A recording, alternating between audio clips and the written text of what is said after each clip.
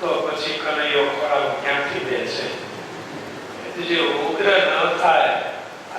વ્યગ્ર ન થાય એના હૈયામાં ભગવાનનો વાસ હોય છે. ગોપીઓ યશોદાજીને કહે છે, ભૈયા અમારા ઘરમાં આવીને ગમે ત્યારે આવીને વાછડા છોડી જાય છે. તો કોઈ ગોપી કહે છે, અરે અમારા ઘરમાં આવીને ચોરની જેમ અંદર બેસીને દહીં ને માખણ બધું જ પોતે આરોગ્ય અને બાળકોને ખવડાવી દે છે.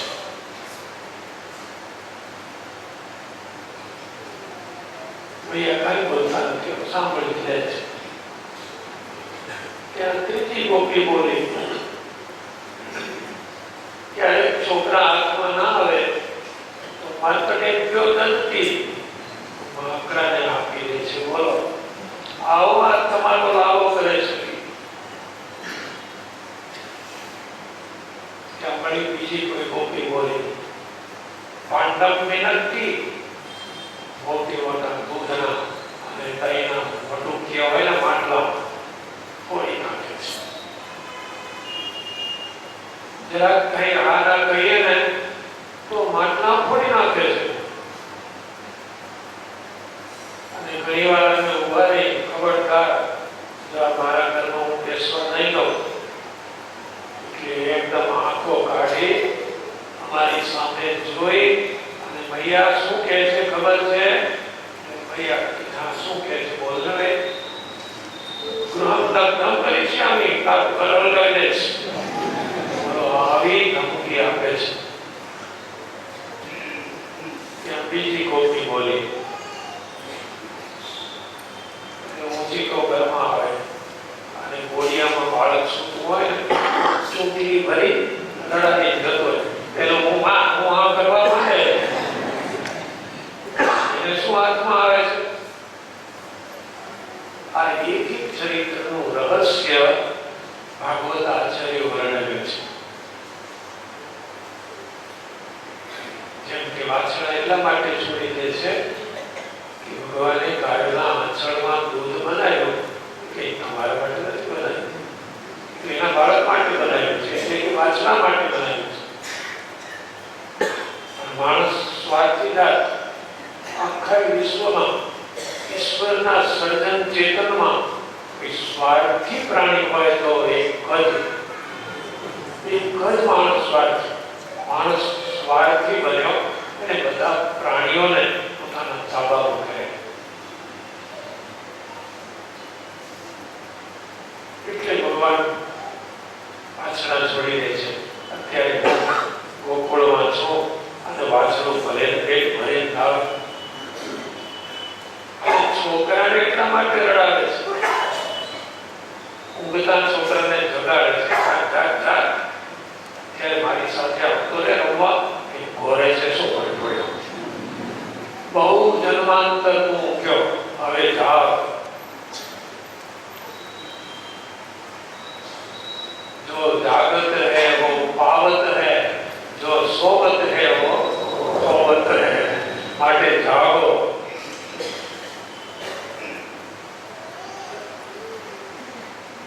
કોઈ ગોપી કહે છે, એકવાર ભૈયા મેં કહ્યું, આવ્યો માખણ ચોર આવ્યો, જો એ માખણ ચોર આવ્યો ને મને કહે છે, ચોર તો હું તો માલિક છું, ગોકુળનો રાજા છું. ચોર તો છે, આવો બધાની વચમાં સંભળાવી દે છે. ભૈયા અને ઉભો માખણ આવો કે છો. ભૈયા કઈ બોલતા નથી. બધી ગોપીઓને હમણાં કઈ અમે ફરિયાદ કરી, ભાઈ પ્રત્યુત્તર આપશે, છતાં ભૈયા કઈ બોલ્યા નહીં. એટલે ગોપીઓ બોલી, ભૈયા શું કેવું તમારું? યશોદાજી કહે છે, મારે બીજું કઈ કહેવું નથી, તમારી એક વાત સાચી નથી. આ તો મેં કહે છે ને કે તમારી એટલી વાત સાચી નથી. મારા લાલાને માખણ દહીં ભાવતું જ નથી. એટલે ગોપીઓ, તમારા ઘરમાં તો 2 ગાવડી 4 ગાવડી ગાય, તમારા ઘરમાં તો 2 ગાય કે 4 ગાય છે. મારા ઘરમાં હજારો ગાયો છે અને દરરોજ માખણનો પહાડ રચાય છે. તો મારો લાભ અટતો જ નથી. ક્યારે માખણને અટતો નથી, દહીં આરોગતો નથી. અને તમે ફરિયાદ કરી છે. હું કઈ રીતે સાચું માનું? મૈયા અમે ખોટું નથી બોલતા. જો ખોટું ન બોલતા હોય ને તો મારો મારો તારા ઘરમાં આવે ને ત્યારે પકડે લાવ જતા. માખણ ખાતો હોય એવો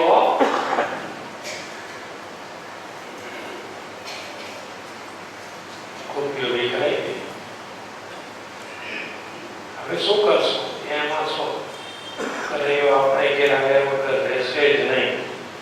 બધા ભેગા થઈ અને એક ગોપીને આખો કેસ સોંપ્યો. એ માથા ભારે હતી, આગેવાન ખાલી એક કામ નહીં.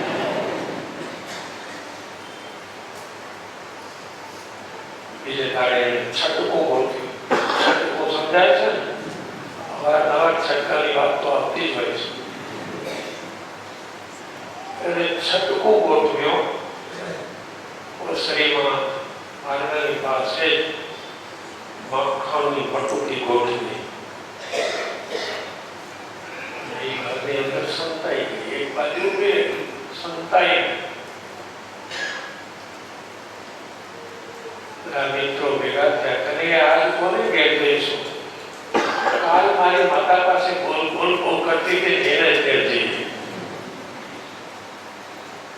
આવે ઘર ચાલો.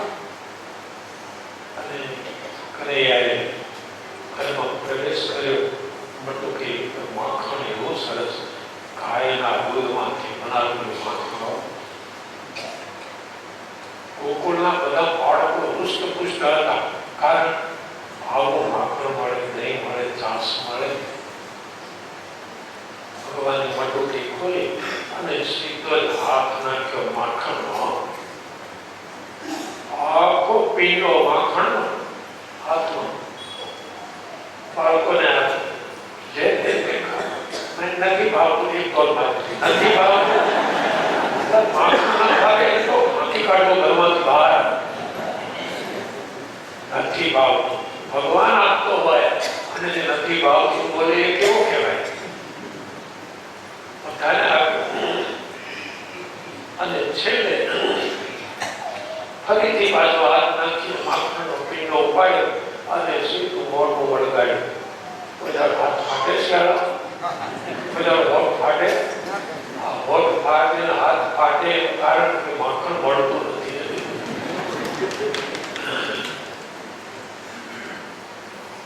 બસ ગોપીનાથનો જ જોઈતો તો પુરાવો. હોઠ ઉપર માખણ, હાથમાં માખણ. એટલે તો આગળની જેમ ત્રાટકી અને કનૈયાનો હાથ પકડ્યો. કનૈયો કહે છે મૂકી દેવો.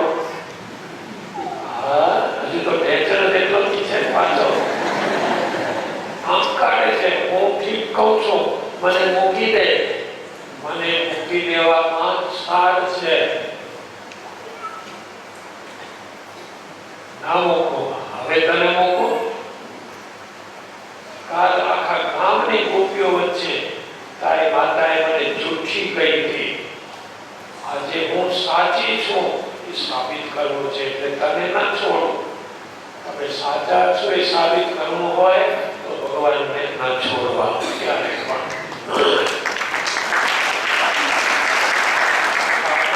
ભેગા હશે ને હો.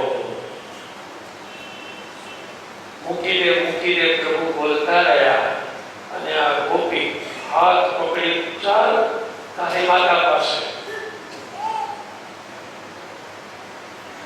અને તમારા સાથે કોઈ દાડો પેલું નથી હોતું. પાછી બધી ગઈકાલ વાળી ગોપીઓ ભેગી થઈ ગઈ. ચાલો ચાલો આજે જોયા જેવી થશે. આજ તો કનૈયો પકડાયો છે રંગે હાથે. જોયા જેવી થશે. ચાલો શું થશે જોવા, જાણવા અને માણવા બધી ગોપીઓ ભેગી થયો અને વરઘોડો આખો વાજતે ગાજતે યશોદાજી આગળ આવી ઉભો રહ્યો. મૈયા મૈયા મૈયા ઉસરે કિનારી ઉપર શાંતિથી બેઠેલા, નહીં ઉગ્રતા નહીં વ્યગ્રતા, એવા ને એવા કાયમ હસતા શાંત અને ધૈર્ય મૂર્તિ એટલે યશોદા. મૈયા મૈયા નો પાડી ધીમેથી મૈયાએ પૂછે જોયું કેમ ગોવા પાડે છે દીકરી? મૈયા મોટા હતા, ગોપી નાની હતી. દીકરી તું કેમ ગોવો પાડે છે? પણ આ જુઓ, તમે કહેતા હતા મારા લાલાને માખણ ભાવતું નથી, આ પિંડો હાથમાં છે, આ હોઠમાં ચોટેલો છે, એ ખાતો પકડ્યો છે. મૈયા હસવા માંડ્યા. તો સલાહ આપું તને, તું નાની છે, મને તો 50 વર્ષ થયા, પણ તું તો હજી 25 ની માંડ છે. તો જરા આંખના ડોક્ટરને મળી આવજે. આંખના ડોક્ટરને મળી આવજે. કેમ અહીંયા આડી વાત આડી નહીં? મને લાગે છે તારી નજર જરા ઓછી થઈ ગઈ લાગે છે. મારો લાલો માનીને તે કોને પકડ્યો છે જરા જોતો ખરી. અને આમ નમે જોયો તો પોતાનો દીકરો હતો.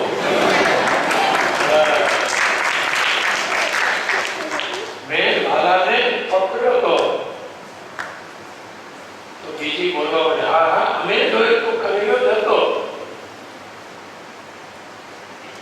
એનો દીકરો ક્યાંથી થઈ ગયો? ગજબની વાત છે. બધા હસવા માંડ્યા. હવે શું કેસ આગળ ચાલે? યશોદાજી કહે છે જો મારો લાલો તો એ અંદર બેઠો અને ભેગું અને દહીં આવો કે છે અને ખરેખર પ્રભુપાદ આવ્યા અને આંખનો ચાળો કર્યો ગોપીની સામે. કેસી હે મારી સાથે રમવામાં તો બહુ તૈયાર રહેવું પડે. મને પકડવામાં તો ભલભલા થાપ ખાઈ જાય છે, તો ક્યાંથી પકડી શકવાની? મરી ગયા જંગલમાં તપ કરી કરીને કોઈ મને પકડી શક્યા નથી, તો તું ઘરમાં રહીને મને ક્યાંથી પકડી શકે?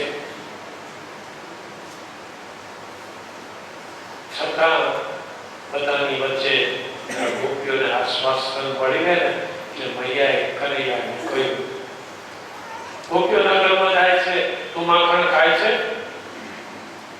મૈયા બોલી મૈયા કોઈ તારું માખણ ખાતું નથી. તમને ખબર છે મૈયા મને બહુ ભાવતું નથી.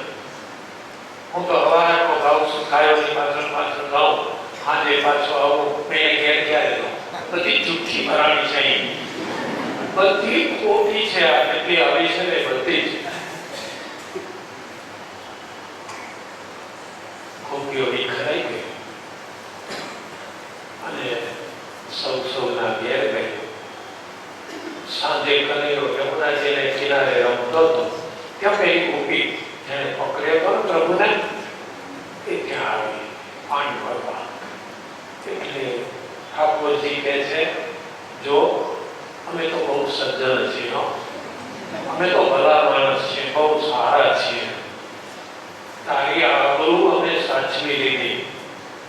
તે આજે અમને પકડ્યો સવારે, તો અમે તારા દીકરાનું રૂપ લીધું. હું નિર્દોષ હતી, તારા દીકરાનું રૂપ લીધું. આમ ખરાબ ન દેખાય એટલે. અને જો બીજી વાર જો પકડીશ ને તો તારા પતિનું રૂપ લઈશ. અને પછી ગપાત્યો નીકળશે, ચોર નહીં કહો, ચોર નહીં કહો. અને પોલીસ વાળા આવશે, કોણ છે બધા જોશે, ઓ તમારા હસબન્ડ છે. વારે કરી નાખ્યો ભગવાન.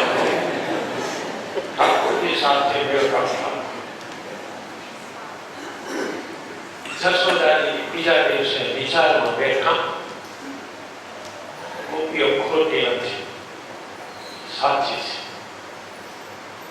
વાત હકીકત સાચી છે. કનૈયો મારો લાલો બધી ગોપીઓના ઘેર જઈ જઈ એ અપમાન કરે છે, માખણ ચોર કહે છે, છતાં એને કહેતા છે. અને માખણ અહીં આરોગે છે. ઘરમાં ઢગલા પડ્યા છે, એ કેમ નથી ખાતું? મૈયાને મૂંઝવણ થઈ. હું ના પાડતી નથી, મારા ઘરમાં કોઈ તાળો નથી, ઢગલા પર માખણ પડ્યું છે, છતાં લાલો અહીં નથી આરોગતો. ગોપીઓના ઘરમાં જઈને કેમ આરોગે છે? આનું કારણ શું? મૈયા મૂંઝાયા. મૈયાની મૂંઝવણ કોણ ટાળે? ત્યાં એક સાધુ આવ્યા. યશોદાજીના આંગણે સાધુ, સંત, મહાત્મા, ગુરુદેવ બધા આવ્યા જ કરે.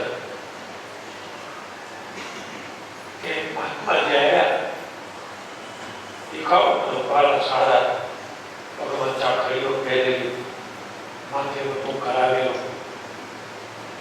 અને રેડિયાની જેમ ચોટલી ઉભી, હાથમાં સરસ પીણા અને નારાયણ નારાયણ અખંડ સંકીર્તન કર્યા કરે. ઓળખ્યા મહાત્મા? બધાએ ઓળખી જાય. મહાત્માને ઓળખવા બહુ કઠણ કામ છે. મહાત્માને ઓળખવા બહુ કઠણ છે. મૈયાની મૂંઝવણ આ મહાત્માજીએ કાઢી નાખી. જો સાધુ સાથે ઓળખાણ હોય ને તો જિંદગીની મૂંઝવણ તરત જતી રહે. એટલે બહુ ધ્યાન રાખજો, જિંદગીમાં સાધુ સાથે ઓળખાણ રાખજો. એક લિસ્ટમાં સાધુનું નામ રાખજો. તમે લોકો છે ને લગ્નમાં લિસ્ટ કરો છો ને, ચાંદા કોના કોના આવ્યા, પહેરામણી કોને કોને કરવાની, એનું આખું લિસ્ટ હોય છે. તો જિંદગીના આવા લિસ્ટમાં એક નામ ઉમેરી દેજો. કોનું? સાધુ. તમારા જીવનના સગા અને સંબંધીઓ હોય ને એના લિસ્ટમાં સાધુનું નામ જરૂરી છે. સગા અને સંબંધી બે એના છે.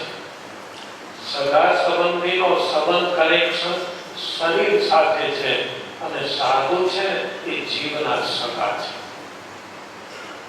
પહેલામાં તો ગડબડ થાય તો સગાઈ તૂટી જાય, સંબંધ બધા બંધ થઈ જાય. કાકા ખરા પણ 20 વર્ષથી બોલતા નથી. બોલો આવું ક્યાં સગા? અને જ્યારે સાધુ એ જીવના સગા છે, એને શરીર સાથે નિસ્બત બનતી નથી.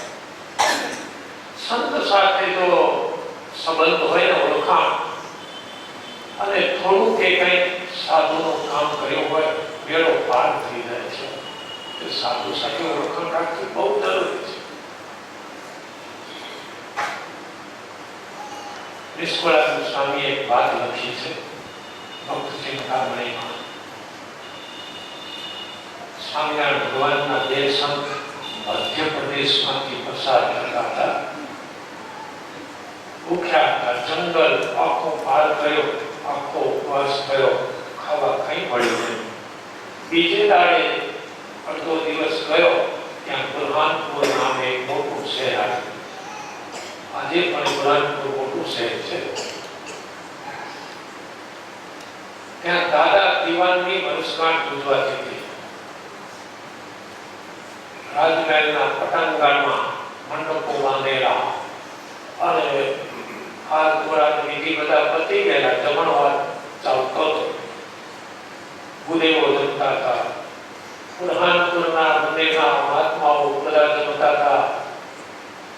એમાં બે સંતો રસ્તેથી નીકળ્યા એટલે કોઈ ગુદેવ દોડ્યા, જઈને કહે છે, સ્વામીજી આવો, દાદા દીવાનની આજે વર્ષગાંઠ છે, બધા સંત મહાત્મા ગુદેવોને જમાડે છે, તમે પણ જમીને જાઓ.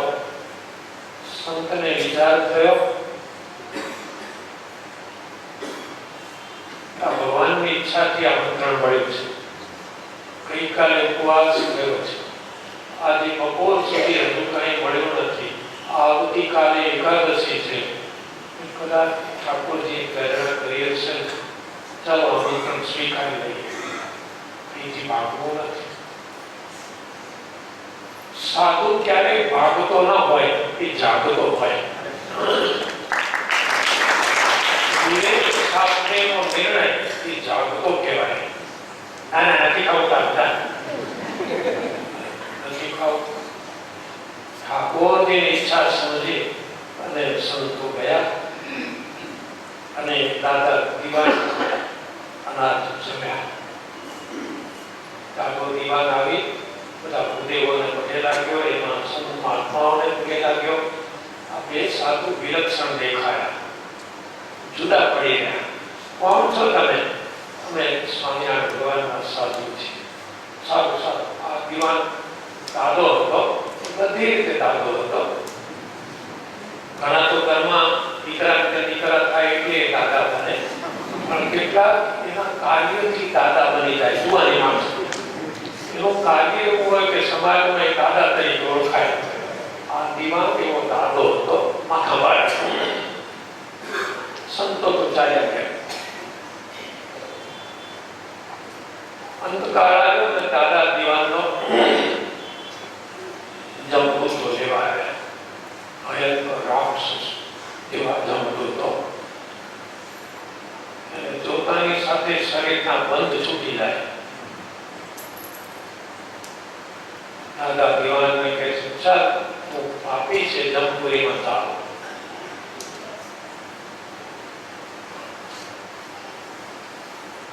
દાદા દિવાનને એ વખતે વિચાર આવ્યો કે કોઈ પોતે કર્યા નથી, સત્કર્મ કર્યા નથી, અનેકને મેં રડાવ્યા છે, દુઃખી કર્યા છે.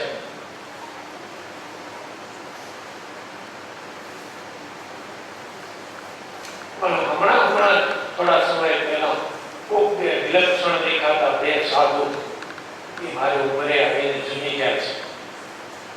એ કઈ સ્વામિનારાયણના સાધુ હતા. આવું યાદ આવ્યો ને અને બે સાધુ પ્રગટ થયા. એકદમ પહોંચી જમદૂતોને કહે છે, જાઓ અહીંથી.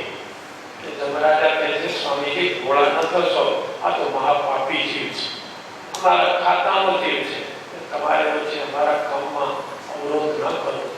સાધુ કહે છે, ના. જમદૂત કહે છે, ના ના ચાલે, ચાલો અમારી સાથે. સાધુ કે ચાલો. જમદૂતો આ દાદા દિવાનનો જીવ લઈ પકડી અને જમપુરીમાં ગયા. સાથે બે સાધુએ ગયા. બે સંત જમપુરીમાં ગયા. જેવા સંત જમપુરીમાં ગયા ને કે યમરાજા આસન ઉપરથી ઉભા થઈ અને સાધુને પગે લાગ્યા. અને પેલા જમદૂતને થયો, આપણે કેસ હારી ગયા ખરા. તમે કોઈ સાહેબ પાસે ફરિયાદ લઈને ગયા એ માણસની, અને એ માણસ જાય અને સાહેબ ઉભો થઈને પગે લાગે, તમારી ફરિયાદનો વેલ્યુ શું રહે? આખો કેસ યમરાજાએ જોયો અને પછી કહ્યું, સ્વામીજી અમારા જમદૂતો ખોટા નથી, સાચા છે, આ પાપી જીવ છે, માટે તમે જતા રહો. ના ન જઈએ, અમે એનું અનાજ ખાધું છે. યમરાજાને વિચાર થયો કે આ કેસ ચલાવવું બહુ પ્રોબ્લેમ છે. આખો કેસ ટ્રાન્સફર કરી નાખ્યો વૈકુંઠ ખાતે. ભગવાન પર છોડ્યો, જે નિર્ણય કરે સાચું. આ દાદો દિવાનનો જીવ અને સંત યમરાજા બધા ગયા ભગવાન પાસે. ઠાકોરજીએ તરત ચુકાદો આપ્યો. શું આપ્યો ચુકાદો ખબર છે? નહીં પુણ્ય ને પાપ અનંત, પુણ્ય વેદ જમ્યાદે સંત. નિષ્કળાનંદ સ્વામીના શબ્દો છે. નહીં પુણ્ય ને પાપ અનંત, પુણ્ય એટલું જમ્યા બે સંત. આ બે સાધુ જમ્યા એક વાર, માટે હમણાં સુરપુર દાસે, પછી વૈકુંઠમાં વાસ થશે. માટે હમણાં આ બે સાધુ જમ્યા ને એના પુણ્યના પ્રતાપે એ સ્વર્ગમાં જશે અને પછી ભગવાનની ઈચ્છા હશે તો ભગવાનના ધામમાં જશે. અને ભગવાન શું બોલ્યા ખબર છે? કહે આજ થકી નવ વર્ષે દાદો સત્સંગમાં દેહ ધરશે. 9 વર્ષ પછી 9 વર્ષ સ્વર્ગમાં રહી આવ્યો. બોલો, આટલા દિશા કોઈ મળે? બહુ બધો સમય મળે. પછી તક હાંકી કાઢે. આ તો 9 વર્ષ સુધી સ્વર્ગમાં રહેશે અને પછી એક સત્સંગીને ઘેર જન્મ લેશે અને ભગવાનનું ભજન કરી અક્ષરધામને પામશે. એટલે અમારે સાધુ સાથે ભાઈબંધાઈ તો રાખવી કામ થઈ જાય. તમે નાના હો મોટા હો ગમે એવા હો પણ સાધુ સાથે ભાઈબંધાઈ રાખવી. તમે એના ઘરની મુલાકાત લેજો.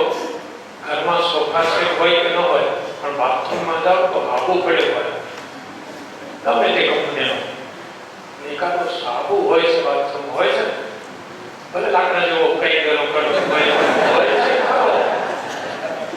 સાબુ વગર અમારે 24માં ઝૂંપડપટ્ટીમાં પણ સાબુ હોય છે ગમે એવો હલકો. તો ઘરમાં સાબુ જરૂરી છે અને જીવનમાં સાધુ.